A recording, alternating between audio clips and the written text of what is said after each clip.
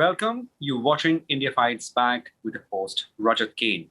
In this edition of the show, we'll talk about the Delta variant of COVID-19, which first appeared in India and has now been detected in United Kingdom as well as in Australia. Now, both these countries have registered a sharp increase in new infections over the past week. Variant B.1.617 has in part been blamed for India's explosive outbreak, which we witnessed in wave 2 that has been catastrophic across the country, destroying several families. A lot of people lost their lives as well. And one of its triple mutant, B.1.617.2, has been identified as variant of concern by the WHO, which has last week named it as Delta variant.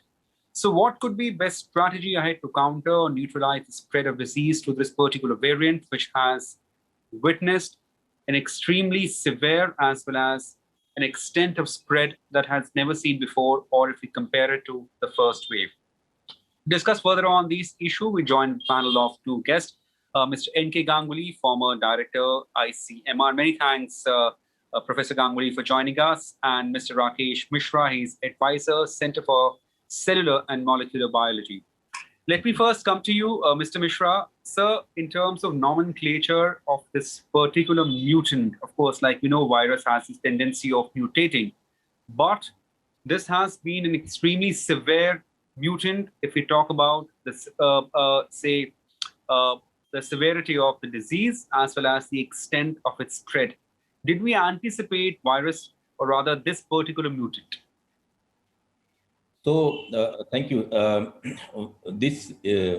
The variant, what we call now Delta, B.1.117.2, certainly is the most very, very infectious.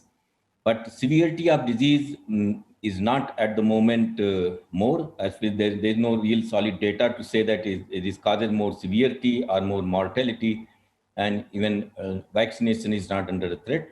But generally, a new variant will emerge only for two reasons. One, it is more infectious, so it will become more and more prominent and it will increase its footprint. Or luckily, the variant came in a community which is less careful, and therefore it is spreading it more.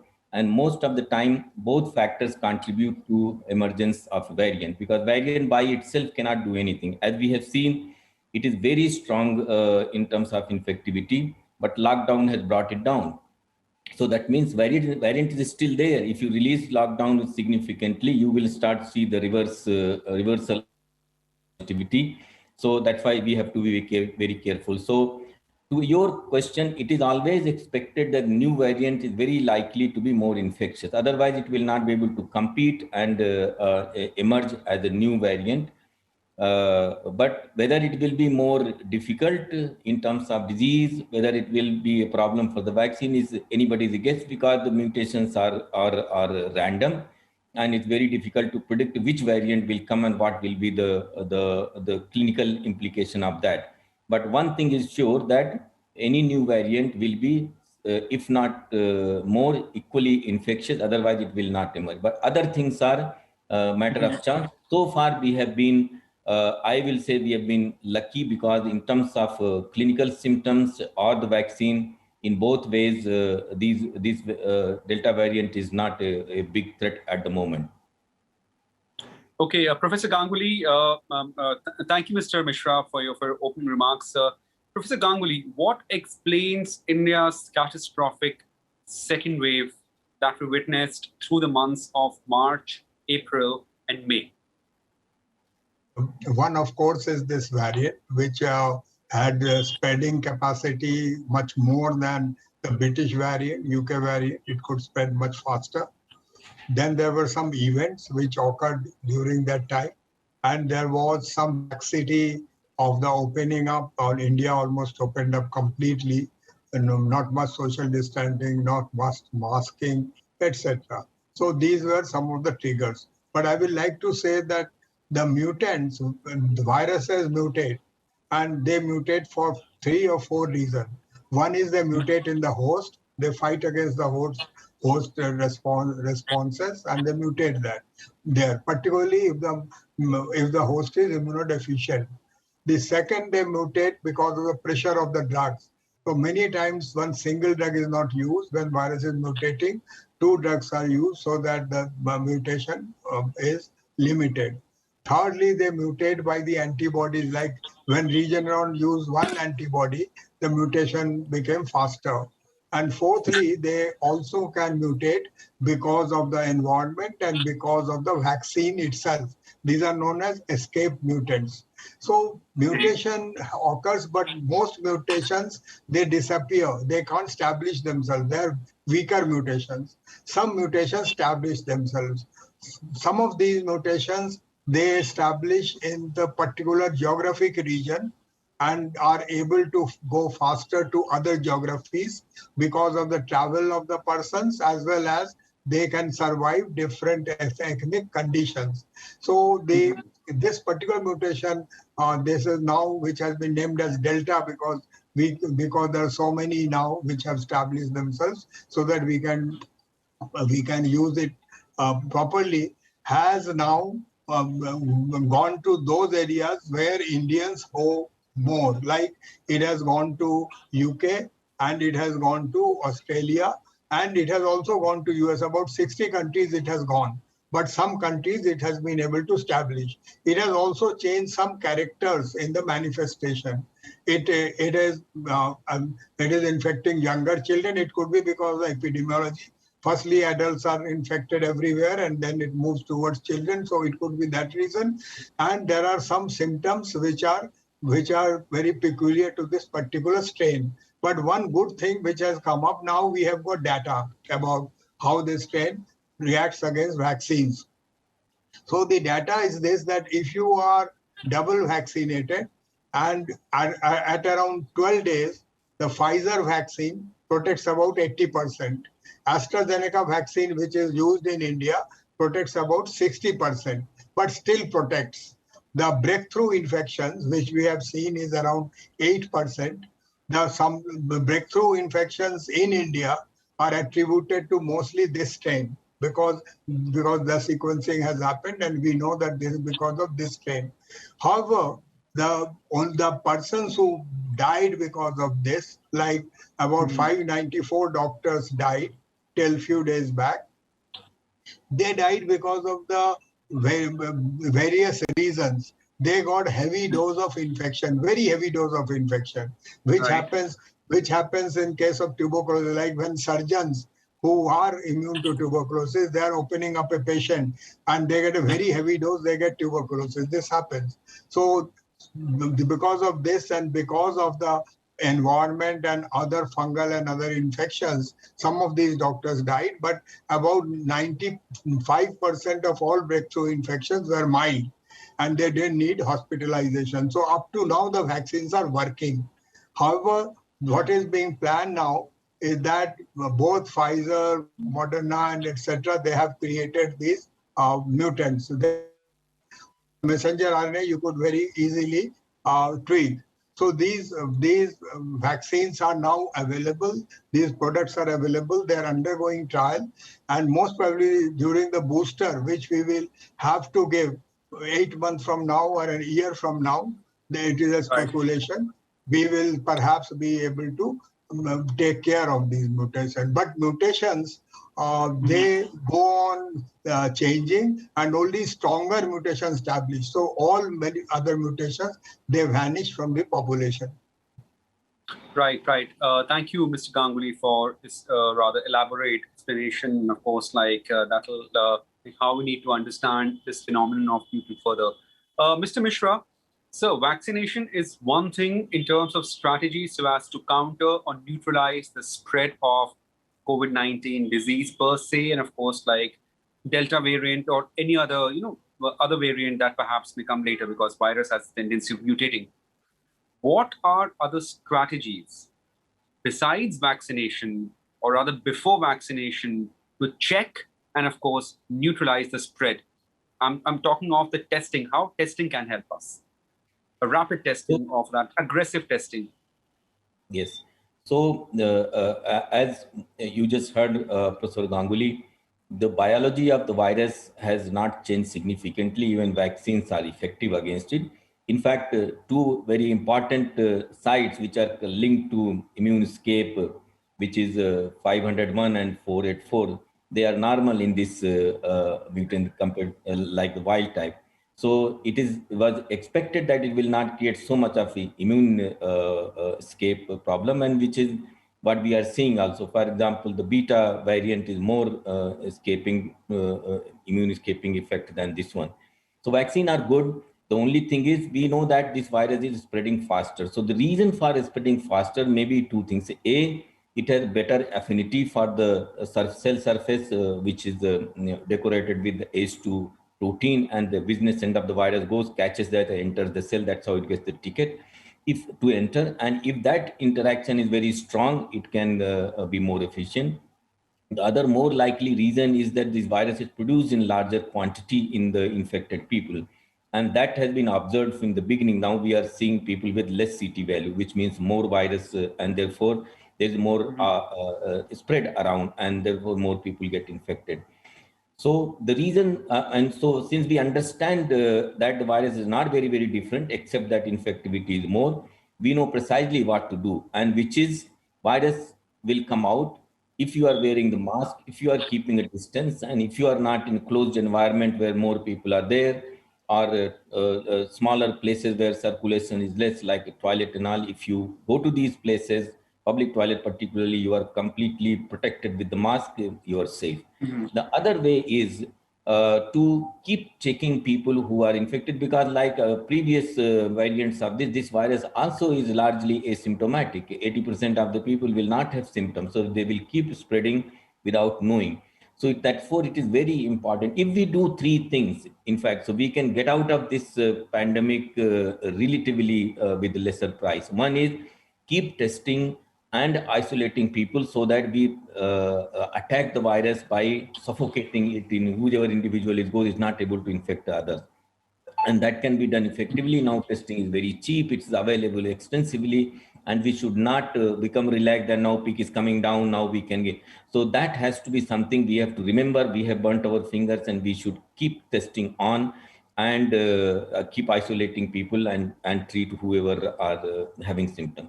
The second thing is the social vaccine, which is we should not avoid mask, even if we earlier we were infected or we have now vaccinated. All in any of these cases, you just heard Professor Ganguly saying that there is infectivity, there will be a breakthrough, and this virus, if it's breakthrough, it has a now chance to fight the vaccine. So that is why we have to promote it very strongly that even vaccinated people wear masks carefully. Don't go to crowded places. Avoid for some time going to cinema hall, to restaurants and those things, because those are places where you cannot wear the mask, and you will be exposed. And the third, of course, the beautiful thing which many of us didn't even imagine, that for this pandemic we will have such good vaccines that are so strong, so safe, and now their availability issue, which I think in a couple of weeks now it will become better.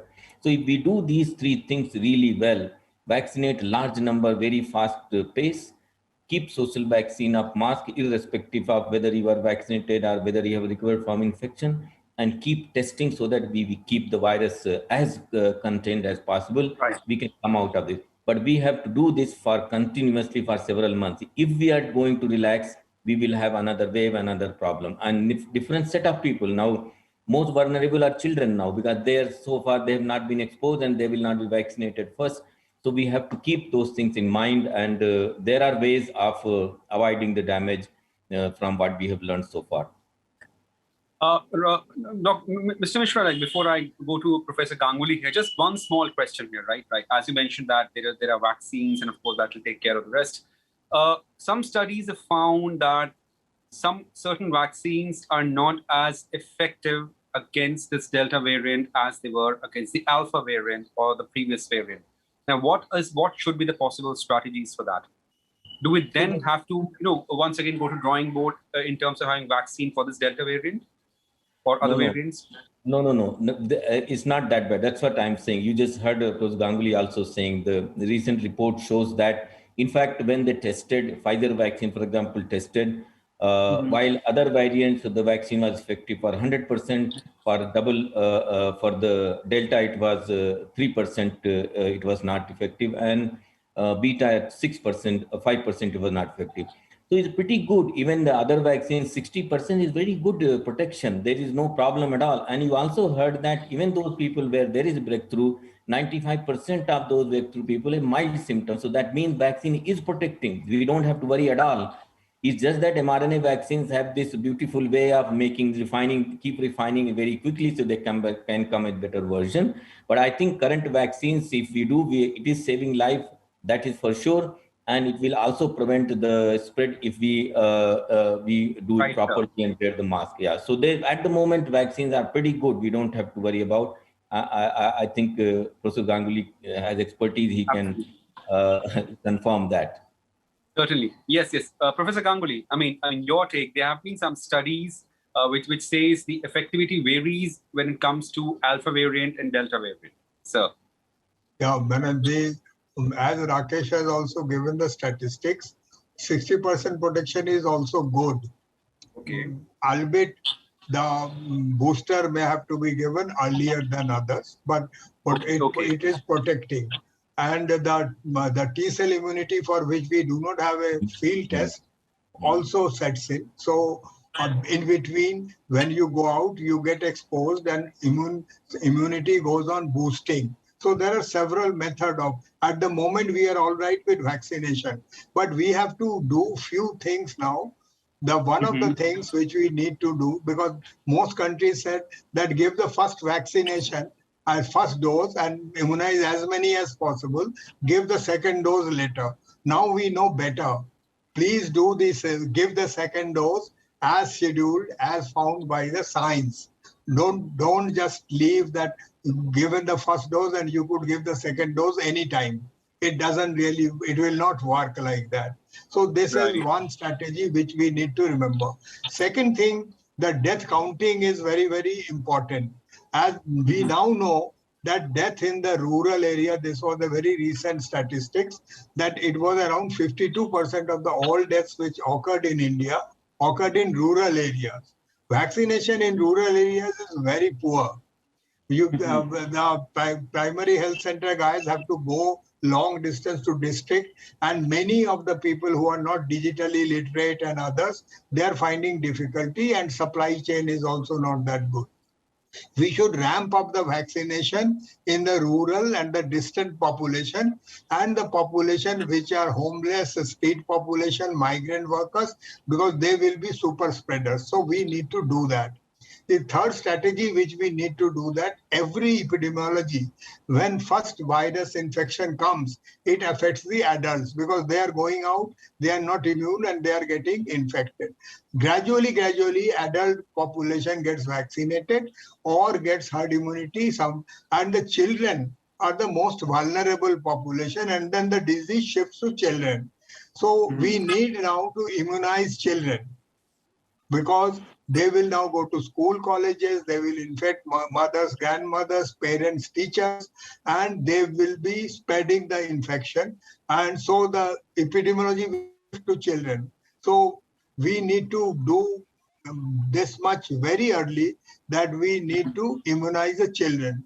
Finally, as Rakesh has said, and you had asked this question to Rakesh, that we need to ramp up the diagnosis. Diagnosis, we should not forget. We need to do much more than what we are doing. And we really need to do it smartly. Testing, tracking, removing stigma, so that those who get infected, they don't lose their job, they don't lose their dihadis, they are able to, they are supported so that they could eat. So they get out for testing. It becomes beneficial for testing. We may give some incentive for testing, but tracking and isolating and then vaccinating those populations where the infection is spreading faster will be another strategy which we need to do. So the drawing board and planning for vaccination is a very dynamic thing. Our dashboard should guide us towards vaccination. And in this federal structure, we have a federal structure. What I'm seeing, although people are saying that if the communities are involved, if the local panchayats are involved, vaccination will get better. I agree with that. But we have not been really trained for that. Vaccination was always a central program, and procurement was central. It went out everywhere. So in our federal structure, we need to have a new paradigm of how do we vaccinate. Right. Totally untested system may work or may not work. So we should actually rely on more tested system of spreading the vaccination to where it is needed most, and then gradually everyone. Our vaccination pace, because of the supply, has been a little slow, but now the vaccination will pick up because the sources of vaccine availability is becoming more and more. BioE will be providing the vaccine. The SII will do the Sputnik. Novavax is also coming. Johnson & Johnson is coming. Moderna, Cipla will give Moderna. So I think in 2-3 months, our vaccine supplies should be enough. But procurement is the key. To buy anything is a real problem. You ask any housewife and she knows it. So buying in a time is a very, very critical thing. You need to give advance orders. Even online, you have to give advance orders because the vaccine production schedules are very tight. So we should ramp up our our purchases very nicely, and distribution. Distribution should be very, very intelligent so that we know where the box has gone and how many boxes have been opened, and there has been no vaccine wastage which has happened. So these are multi-vials. So these are some of the things which we need to do. I end by saying that whatever we do in life, we need to do smartly. And it should be generic, it should be flexible, and it should be dynamic. It should not be static. Right. That's very important. Many thanks, Professor N.K. Ganguly, for your elaborate views on this particular issue of this episode. Mr. Mishra, just 30 seconds I have for you. I'm really sorry, I'm short on time. Do you also believe we need to broad base a vaccination program and include children or those under age of 18 as soon as possible? Oh, absolutely. Very quickly, I think now the vaccines are being tried for the younger people, and it should be given to them because they are the ones, they are very active. They interact more. They will be going to schools and colleges, and it's not easy for them to be as disciplined as adults. So I think vaccination, we should use max, and they're very safe. It's just absolutely, we are really, it's like very lucky to have this kind of vaccine. We should go as fast and as wide spectrum as possible. Sure, yeah. Right, sir. Many thanks, Mr. Rakesh Mishra, advisor, CCMB, for joining us in the show. And many thanks, Professor N.K. Ganguly, former director, ICMR. Well, before we end the show, a small appeal to all our viewers. This is essentially what our experts over the episodes or over the series has been reiterating. Please maintain small little things for avoiding this pandemic. First, social distancing. Keep wearing face masks. And lastly, do not forget to keep washing your hands and maintain sanitation with yourself and around you. Well, that's it in this episode. Many thanks to all our viewers watching this edition of India Bites Back. Thank you. Goodbye. Thank you.